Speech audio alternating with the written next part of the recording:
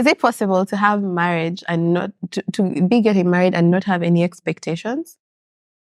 We're going to discuss marriage and expectations and any fears that people might have towards marriage that might be holding you back from marriage.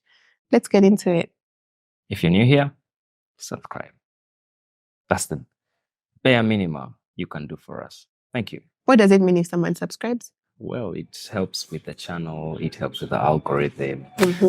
So that this content will be suggested to people who need this kind of information. Yeah. So if you like these videos, just subscribe, like, share them so that more people can learn with you.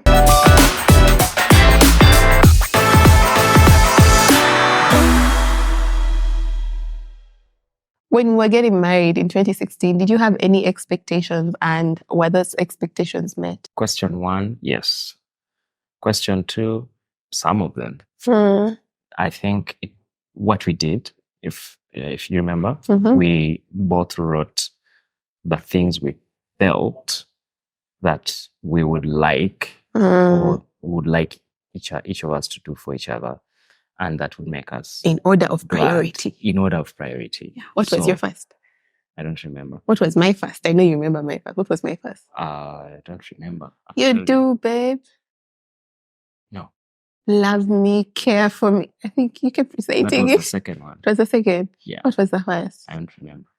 Okay. I also don't remember the expectations that we wrote. But anyway, before we got married, one of the counselors that we were seeing, so during that season, I think we saw about 5 or 6 couples that we admired and we wanted to learn from, and they took us through premarital counseling. And one of the couples that we saw, he asked us to write down our expectations in order of priority, and then we shared those. And then he also just let us know that if these expectations are not met, like it's not the end. It's not the end. It's not the end of the marriage or the end of the world. And it's not the wrong person. Yeah. But you do what you're able to make sure that you meet your person's like if his expectation is, say, for me to serve him food, if I can't serve him food every single day of the week, maybe I'll serve him twice a week. But I try my best to serve my person because that's how he wants to knowledge.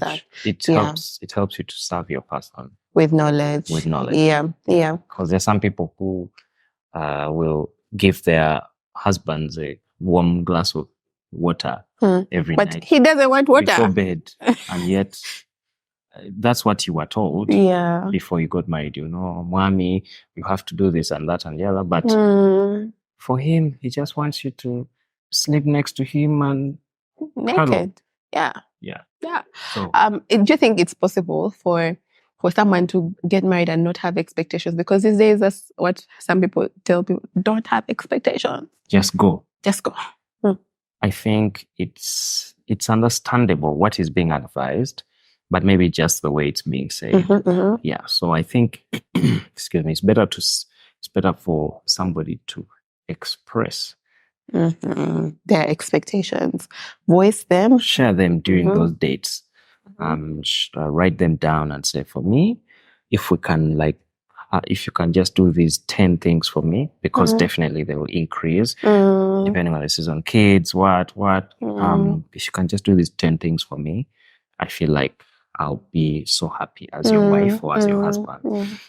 So it's better to say, share your expectations, but when you get married, don't be so hard on your expectation being met. Yeah. But you're doing yourself a disservice. It's like traveling to I don't know which country, Europe, and you say you just go to the airport. What plane are you using? What did you? They expect you to have a ticket. They expect you to have a passport. Yeah. So it's impossible. I don't think it's possible for one to get into marriage and not have expectations. But for you to set yourself up for success is communicate those expectations, let them be made known, but also write them in sand. Don't write them on stone. Write them in sand. And I think it's one of those big issues, like a big issue a number of people are having now, because they went in expecting to just serve God, be submissive and everything. But the husband is beating her. Maybe Not he's not providing. providing, Yeah. he's deadbeat maybe, Yeah. he doesn't care, he's so stingy, Yeah. and now you're hurt. Or maybe he's always at work. Or he's a bookworm. If he's not at work, he's at school. If he's not at school, he's with his friends. If he's not with his friends, he's probably taking a trip with friends again. Yeah. And yet, if you had shared with him your expectation that, I want to be traveling with you, I want you to take me, maybe it would have been a consideration. Yeah. Interesting thing about the way our brains think as men, once a fact is given, then I now find a way to work with what the information I have. Yeah. If I know that the economy of Uganda is so and so, the dollar rate is this and this and this. When I'm buying something, I will know, okay, so now by next month, there will be probably some issue with the price of fuel or something like that. So I plan. Yeah. So make sure your expectations are voiced, but don't also hold your person at ransom about expectations. Because sometimes none of them will be. Yeah. No, babe, there's some expectations that I believe are unfair, where someone expects you not to change. Do you think it's possible for us not to change in marriage? I think if you don't change, then you're not growing. True. True. Yeah, because I don't think I'm the person that I was in before 2016. Yeah. I also don't think it's possible but for maybe us. change in what way? Yeah. So now if someone changes for the bad, like for you, married someone thinking he's this and this, He's and faithful, now he's everything, and then now he's something that else. rampage. I think the first place to go is your knees, because one of the things that we must really all know is that the devil doesn't like family. Yeah. And he fights marriage. He will always attack husbands first. Husbands, children, men. Yeah. So if you really are planning to get married, you must pray for yourself if you are the husband, but also pray for your husband. Yeah. So I want us to also address the different fears that people have towards marriage, and try to debunk them, because when we live in fear, we are held back. We're held back from growing. We're held back from progressing, and there are so many things that you miss out on just because you're allowing fear to rule your life. Yeah. So I have some of them here. The first fear that I want us to debunk is us leaving our children as orphans. Yeah. Surprisingly, that's one of the first fears I thought about. Death. Yeah. It's a big one. Yeah. It's a big fear. And death of a spouse, death of your children. Death of your spouse, death of you. Because it's for marriage. So death of a spouse or both of you just die. It's a difficult one. So how do you navigate that fear? You have to have faith. You have to have faith. It's a fear, but we have to gauge your fear. What does the word of God say? Weigh it against the word of God. Because we know that those who are in the Lord, you will have abundance of life. Long life. Yeah. So pray for long life. For your spouse, and it's a continuous concern, but pray for your spouse that they will live long. Yeah. Make sure they're honoring their parents, because it's a law. Yeah, for long life, right? Yeah, that's actually a real fear. It is. May we live long in Jesus' name. The next fear I want us to debunk is that, so someone's fear about marriage is that they may actually never get married. Yeah. I think some people are called to celibacy. Not everyone is called to celibacy.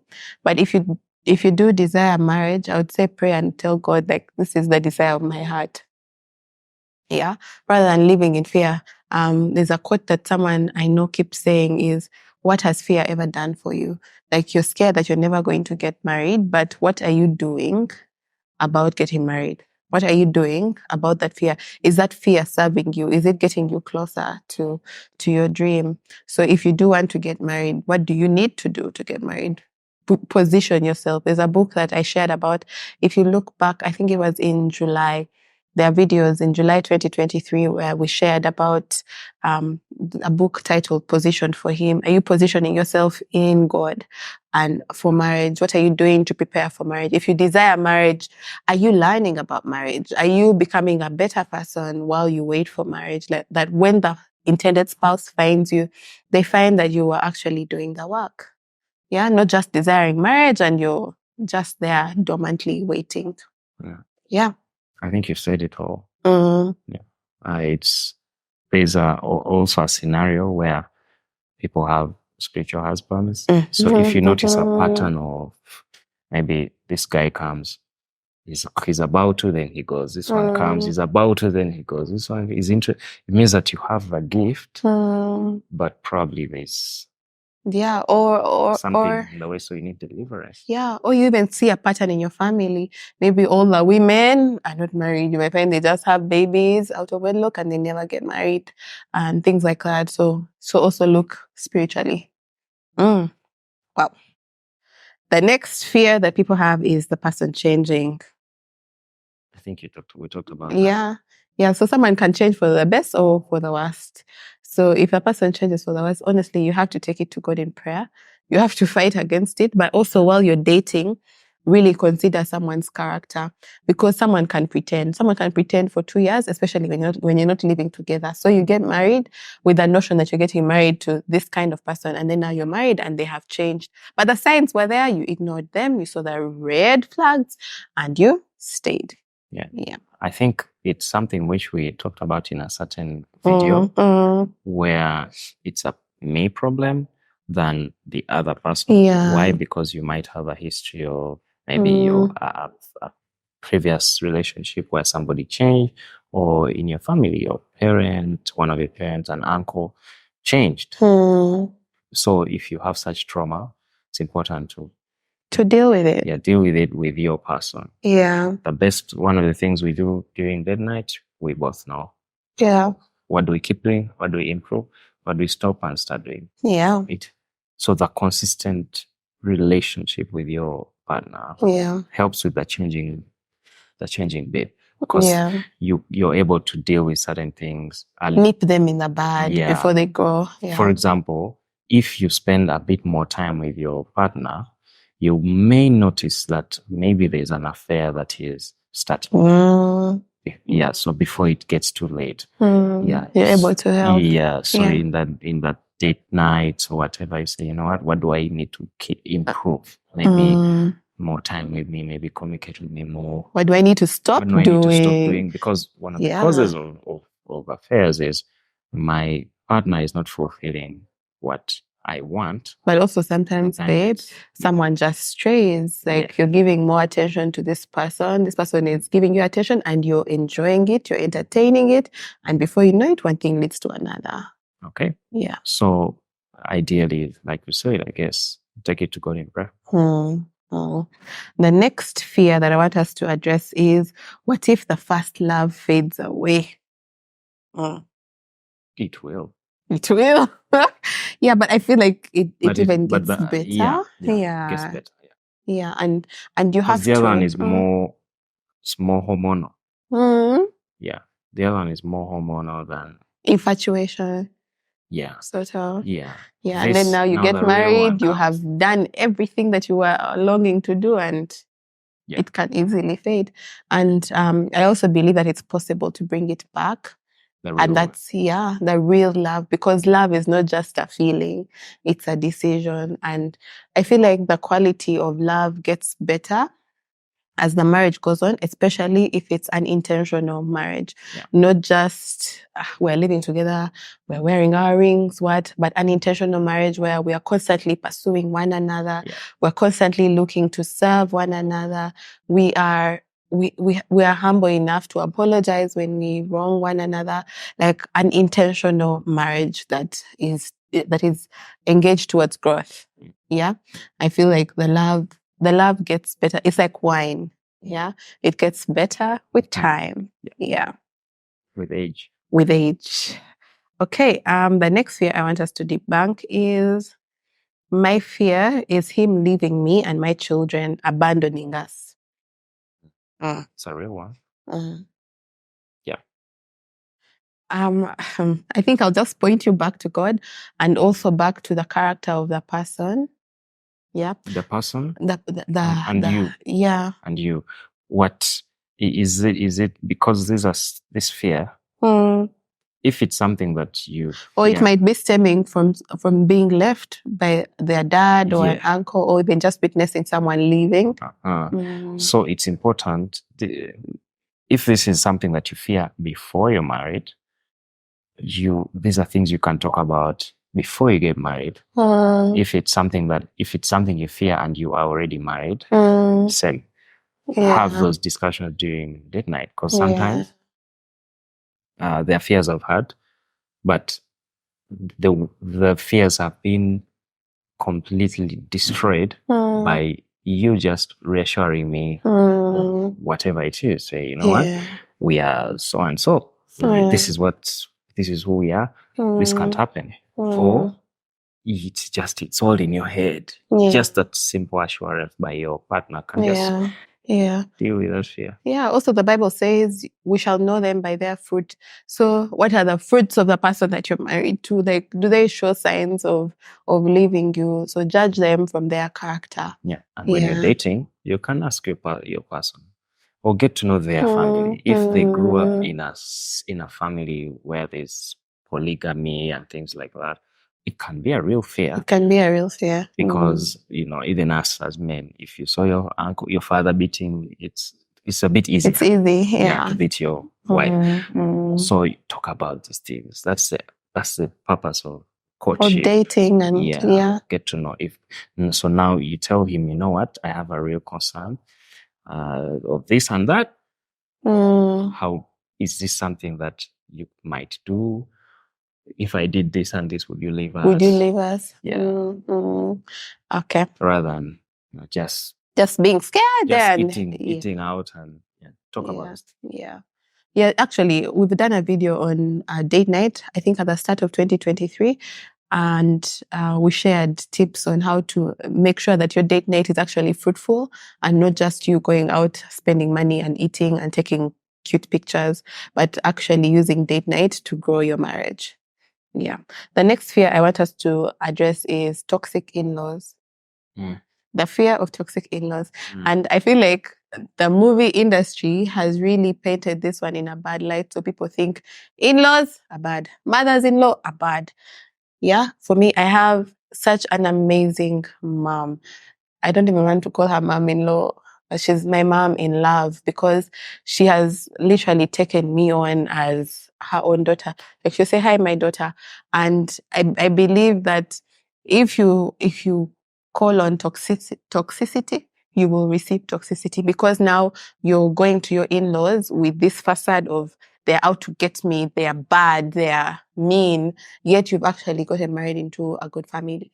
But I would also advise that everyone, like whichever party, shields their spouse from their family. So if I'm to address a grievance, say in my husband's family, he will be the one to address it. I'm not going to go there and say, or if someone says something, it's my husband who will shield me from his family, and I do the same. If he has a grievance with my family, I'm the one that shields him from that fire. Yeah. What do you have to say about toxic in-laws? That's it. You said it all. Yeah, I can't be at my parents' home and they say, Atmark, your wife, she dresses badly. And I'm just like, I keep telling her, and she. But also, you saw her leaving your house just like that, and you know the values that your family stands for, and then you just go with her and throw her under the bus like that. Yeah. So each of us should protect the other from family. Yeah. Feeling that there's no one in my current circle that seems to be a fit partner. Thus, the fear of time is running out. Can't talk about it. The fear of time is running out. Honestly, that one, it's a real fear. I don't know if I can speak to it accurately because I got married quite young. Yeah. So for that one, I would say take it to God in prayer, and then also position yourself in places where you expect to find potential partners. So if it's going for work conferences, like put yourself out there. Don't hide. And I think I've also done a video on this. You hide, you're in your house, you finish church, you're the first one to leave, you're the last one to arrive. It's work time. Like someone comes to talk to you, you don't want to hear it. So where do you expect to find a partner? So just put yourself out there, go out with your friends, enjoy your single life, and someone will find you enjoying your life. Yeah, not just on the prowl hunting, but enjoy your life. Let someone find you enjoying your life. And I know that that's a real fear, but just know that God's timing is perfect. Take it to God in prayer. He will guide your footsteps. He will also guide the other person and lead them to you. And also sometimes we'll meet our people in the most unexpected ways. The way Mark and I met, I was in a class that I absolutely hated. I was doing computer science.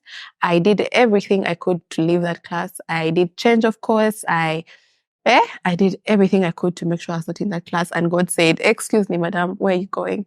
And I think you also tried to change course, right, from computer science. I didn't, but You wanted another course. You wanted to go out of the country. I had got another Opportunity out of the country. Yeah, and God just said, "Come on, guys, come." Didn't have the tuition for another country. Yeah, so that's how God led us to each other, because I really don't know where we would have met. Yeah, so I keep telling people that I believe I went to the computer science class to find my husband. Yeah.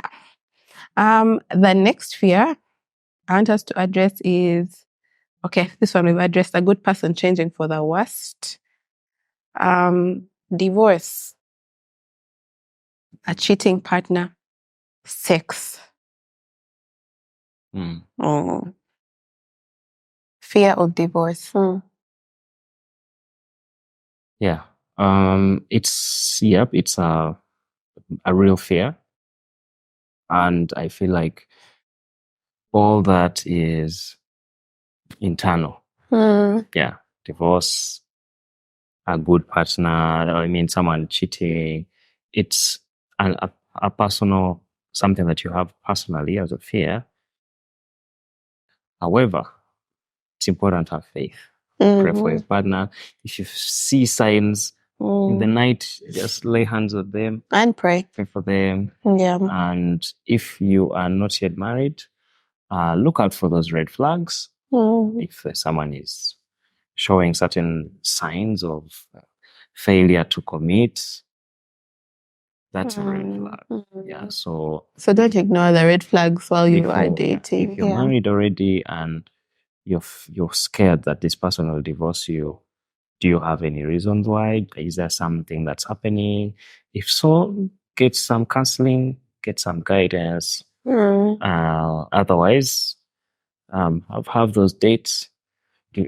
Try to have date night weekly. Talk about the issue. What causes divorce? Divorce doesn't just happen. Someone can't just come and it happens when somebody has reached a point and say, "I'm tired." Yeah.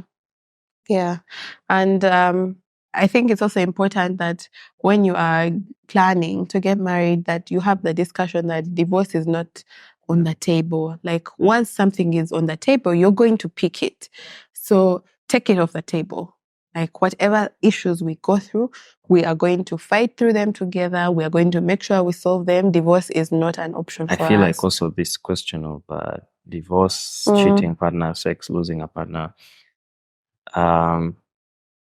it's something which I think it might be a question for someone who is not yet married. I'm just assuming. So these are things that you can discuss during dating. Dating, yeah. Say, divorce. If this and this happens, will you divorce me? Shall we divorce? Yeah. And so then have sex that conversation. Also, I think we have a question about sex. It might not be the best if it's your first time. if it's your first time. Mm. But it shouldn't be a worry. It gets better with time. Yeah, yeah. Definitely. There's nothing for me to add there. And then the fear of not being a good mother and wife.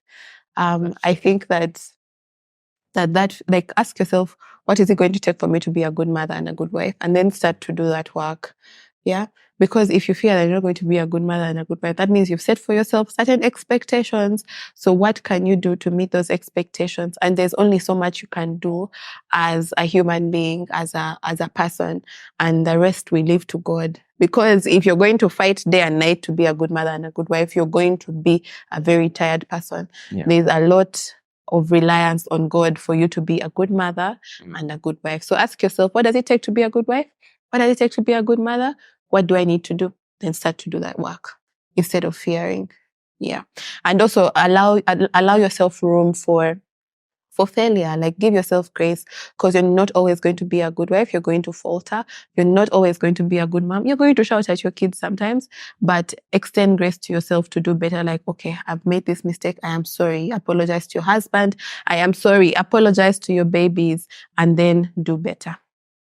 And then there's also the fear of you projecting your trauma on your spouse, or even past hurts, like things that you've experienced that were painful, and you're now projecting them on your husband. And some of them you may not even be aware of them until you're in the marriage and you're like, oh crap, I have this trauma. How does someone deal with that fear? I think when we were dating, one of the things we had during the premarital school, because we did a course, was disclosure. So it might take time, because even us, there are certain things which we're sharing now. But one of the things that we shared also in our previous video, let me read this for you. Yeah, here it says, once again, the man is key, because inside every wounded wife is a little girl who longs to be loved and cherished. If she did not feel it from her dad, then the need to be assured of your love is even more intense. So many men wrestle with what seems to be unfair, having their dreams in marriage shattered by their wives' hidden hate. Some men have subconsciously hoped that marriage would be a place where their own heart would be taken away, only to discover that their wife is also deeply wounded. Yeah. So even if your wife is deeply wounded and unable to fulfill her role as a biblical wife, that does not give you a free card to disobey God. You're still commanded to love her, to cherish her, and give up your life for her. Yes, it may be unfair, but Jesus understands unjust suffering. He has promised eternal rewards for your obedience, especially in hard and unusual circumstances. If you do not care for your wounded wife, who will? Yeah. So I feel like it's something which you have to discuss with your partner to be. That the issue of your history. Yeah. You have to, I haven't read that part where you have to have those discussions before you get married of what was your life like? Who was your father? Who was your mother? When you grew up, what was the environment like? What kind of trauma did you go through? Yeah. When you were playing, how did they discipline you? When you fell down, when this happened to you, how did they discipline you and things like that? Because there are some parents, even now, we are experiencing it amongst our groups and peers and what. You find that one parent is so nice, but then the other parent cannot tolerate disobedience or cannot tolerate misbehavior, or what they think is misbehavior.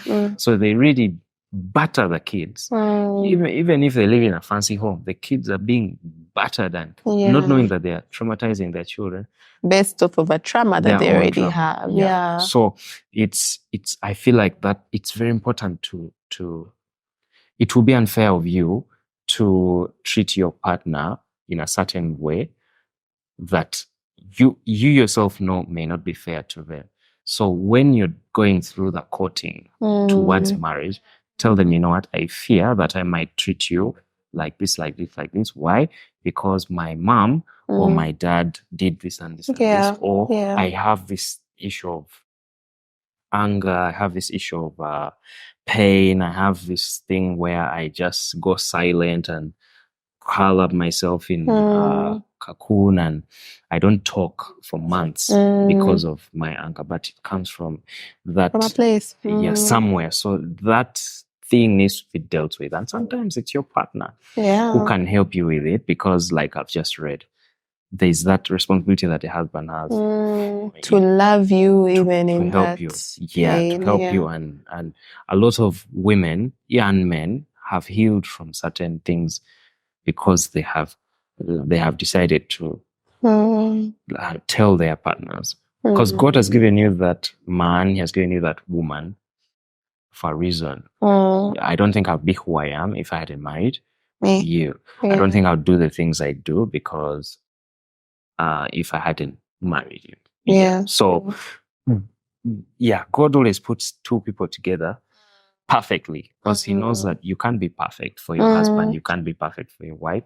He knows that you're so imperfect, and that guy right there is a perfect person to sort you, and that woman is a perfect person to sort you. Yeah. But of course, at the end of the day, He has to be the foundation of your marriage. If your marriage does not have a foundation of Christ, everything else will fail. Yeah. I think another fear that many women have is the fear of dependence. Like, my money, your money is our money, but how am I going to ask you for 50K? Yeah. So is that the question? Right? Like, yeah. So many women. Submission. Yeah, many women have the fear of being dependent on their spouse or even just submitting because we've been raised to be strong and independent and all that. Yeah. So how would you advise someone with that kind of fear?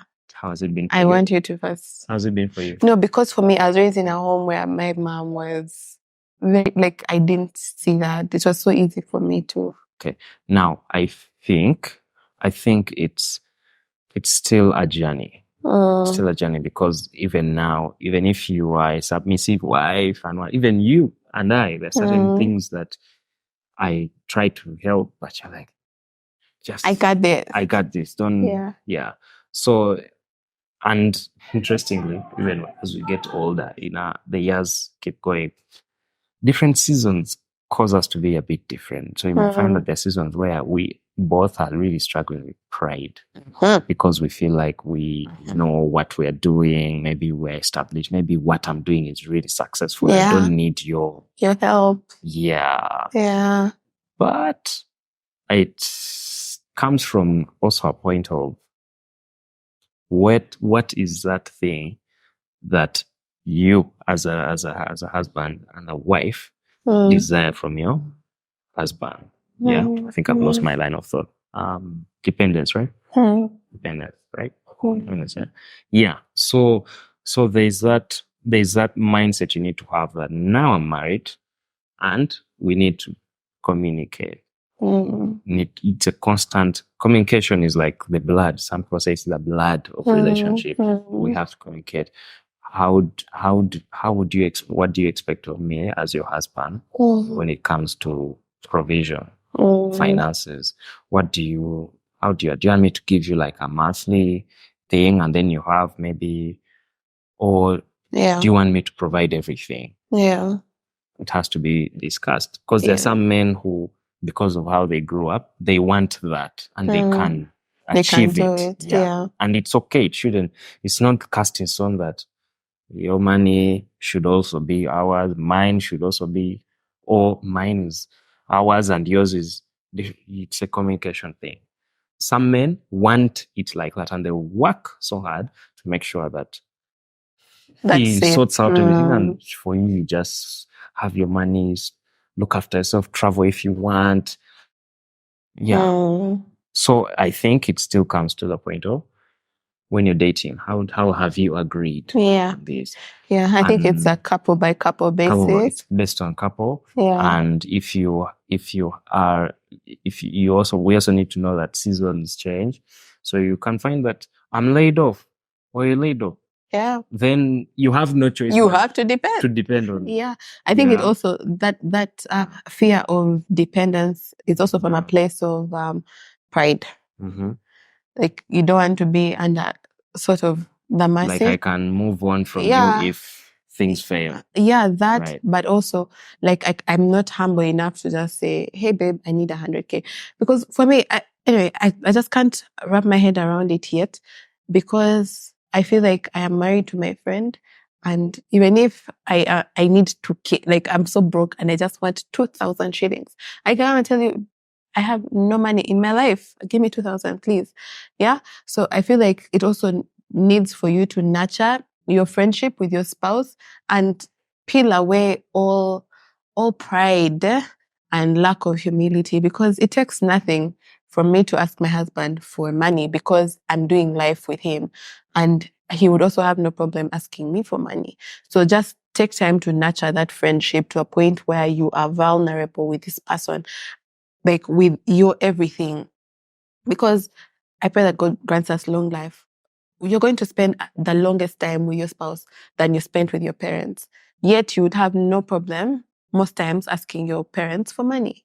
Or your parents just give you 50K and you're okay with that. So nurture your friendship and your relationship with your spouse to the point where you're not afraid to be vulnerable with them, even about money. I keep saying that money should not be the thing that tears your marriage down, because money is just a thing. It's a tool that we should use to make our lives better, to improve our lives, our lifestyles. It shouldn't be the thing that drains us. Like, let us not glorify money to that extent. And we have to also agree that the enemy uses a lot of that area. Money, faithfulness, marriage. So I feel like we need a whole other video to discuss, and some friends to discuss the issue of finances. Because there are people who have gone through a lot. Yeah. Where they save together and everything, but because they're both signatories, you find the other person has emptied. Yeah, that's an issue of trust. Yeah. Why? Because he has debts, so she has debts. Yeah. So it's definitely possible. It's not impossible for you to not have fear about marriage, but number one, take it to God in prayer. There's someone who I had, and they said that sugarcane gets sweeter from the bottom. So the longer you work on your marriage, the longer you put in and pour into your marriage and grow it and sustain it, it starts to get sweeter. It starts to get better. So don't fear marriage. It's going to take a lot of work. The movies have lied to us that it just happens at the snap of a finger. It takes a lot of work, and be willing to put in that work and marry someone that is willing to put in that work as well. Yeah. And even if you get married and you find that this person has now stopped putting in the work, it doesn't take away from you putting in the work. You continue to put in the work. Do your part. Yeah. So if you have any fears in marriage that we might not have touched on, share them in the comments and we shall be sure to answer, to share what we can on those. Yeah. And we shall see you in the next video, next Thursday. Subscribe, like. A bonus fear. Children. A fear of not having children. Yeah. Yeah. Actually, that was a fear that I had. I think I told you. Yeah, I told my husband that I feared that if I was not able to conceive. And we took that prayer to God. We took that fear to God, and he answered our prayer. And I also just want to emphasize that sometimes God answers yes, no, or wait. So despite how long it will take you, just continue to trust God. Like, he's the only one that we can trust. It's him who sees the sperm and the egg and says, now, everything has to be right. Everything has to be right for conception to happen. Yeah, so it's only something that God can do. So take it to God in prayer and just trust his timing. Trust that he has good intentions for you. Trust that your pain and your waiting is not in vain. Yeah? The other day, a friend of mine shared a testimony of his sister who has been married 20 years and she's just got a baby. Yeah, she's given birth. Yeah. So encouraging. That's very encouraging. Yeah, so just take your fear to God. Take it to God. He's the only one that we can hope in and pray and wait. Yeah, he's the only one we can really, really trust and know that he will not leave us. Yeah. Please share this video.